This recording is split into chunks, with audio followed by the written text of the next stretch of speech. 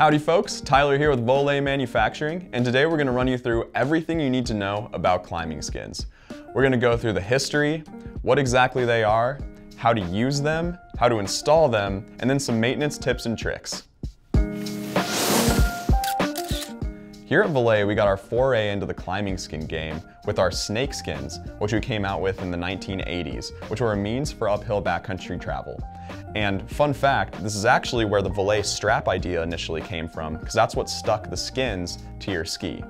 Following the snake skins, we manufactured our tractor skins, which were the first splitboard specific climbing skin, which featured glue on the bases to stick to your boards instead of a strap keeping it together. These were also a fully nylon or synthetic skin that maximized your grip for uphill travel. Following our tractor skins, we've gone through multiple iterations of climbing skin, experimenting with different tip and tail connectors. As you can see, these orange ones are still a full nylon design for maximum grip, but feature different tip and tail clips. Which brings us to today, where we've partnered with Pomoca to create a climbing skin that's 70% mohair and 30% nylon to allow for the gripping capabilities of the nylon climbing skin when going uphill, but also the glide on low angle or flat approaches that the mohair offers.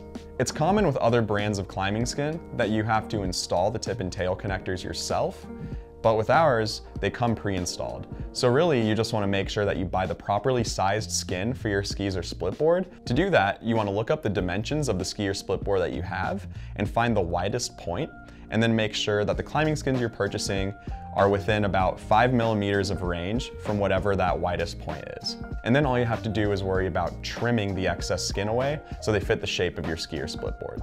Cutting your climbing skins is a DIY process you do in the comfort of your own home, and luckily your Voile skins come with a skin cutting tool in the box. Since our climbing skins come with the tip hardware already attached, you can throw it over the tip of your ski or splitboard and run it down the length of the base. From there, you can take your skin cutting tool and cut the outline of your ski or splitboard. You want to make sure when you're cutting out the outline of your ski or splitboard that the skins are perfectly aligned so they don't become asymmetric. When trimming your skins, you should leave 1 millimeter or 2 of steel edge exposed on both sides of the ski, so you can have that good edgeability when going uphill in dicey conditions. When attaching our climbing skins to your skis or splitboards, it's pretty simple. All you have to do is just attach your tip clip, run the skin down the base or the length of your ski or splitboard, and then just simply snap the hook clip over the tail. Now let's talk about some on-trail tips and tricks for using your climbing skins. Now it's pretty common that you arrive at a cold trailhead in the morning getting ready for your day, and the glue on your skins is super sticky and they don't want to come apart easily at all. This is when I like to grab either end of the skin, put it between my legs, and then kind of grip it tight to either of my thighs, and then just wiggle my legs outwards back and forth while pulling on either end of the skin. Now this is gonna look super goofy and your friends might laugh at you, but you're gonna be the one laughing when your skins have been easily pulled apart and you're the first one ready to go. It's important to note that your weight should really be on the heels of your foot. This ensures that every step you take, you're gonna have the maximum amount of grip. If you get too forward in your stance, you're gonna notice yourself slipping. That's not really the fault of the climbing skins.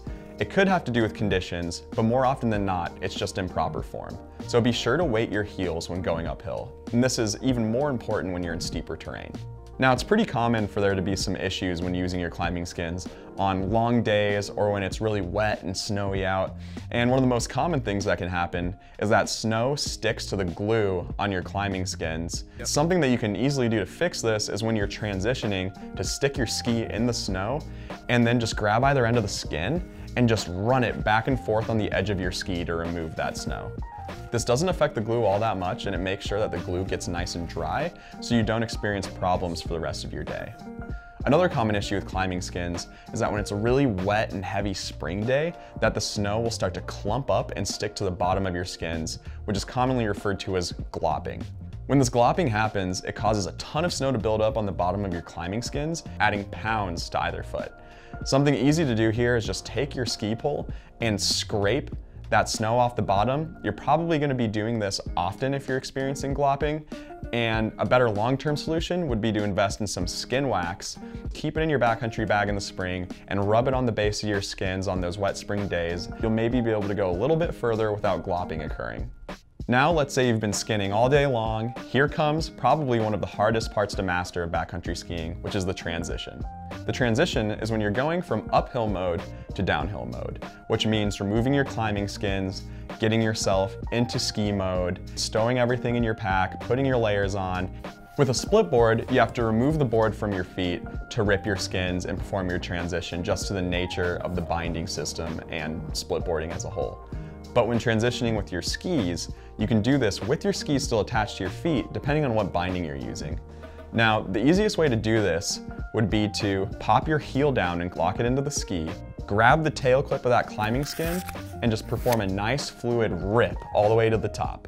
Then your climbing skins will be off of your feet, and you can simply just smack them together, make sure it's nice and clean and smooth and there's no snow on your skins, and then you can stow them in either your jacket pocket or in your bag.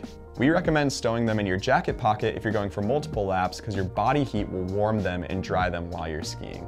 If you're just doing a single lap for the day, you can just throw them in your bag and make sure to maintain them and properly dry them out once you get to the car or back home at the end of the day. When storing your climbing skins, you want to make sure that the pocket you're putting them in is free of debris, or you're throwing them in the nylon stuff sack that came with your climbing skins and then throwing them into your backpack. This is to protect them from the errant crumbs from your breakfast sandwich, dirt, or any just random debris you have floating around in your bag. When it comes to climbing skins, an ounce of prevention is worth a pound of cure. You want to make sure that you're properly taking care of your skins by folding them together and putting them in a safe space so they're not just flopping around all loose and exposing that glue to the outer elements. When you're at home, you want to make sure that your skins are stuck together and that they're just draped over on a hook or a towel rod of some sort so they can properly dry out between uses. We also recommend that you don't use skin savers or skin waffles, as some people call them, for storing your skins long term. This is because the material in those skin savers can kind of become one with the glue and they mesh together, which will ultimately compromise the glue of your skins.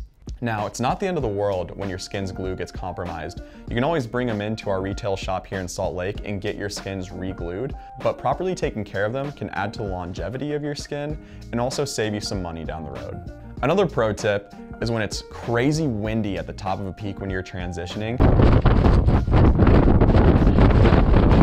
When you're ripping your skin, just keep the tip clip on and remove your ski fully. Rip the skin from the bottom to about halfway up. Do a quarter fold and stick the skin to each other. Pull it completely off, flip it around, and do the same thing with the top half. This way, you just keep more of the material in your hands and in control, so the wind can't just totally take it away from you when you go for that big long skin rip. Now you're back at home after this epic powder day, your skins have been properly taken care of, and you can relax knowing that they'll live to see another day and probably many, many more seasons to come. Thanks for watching, folks, and we hope this helps you understand everything you need to know about climbing skins.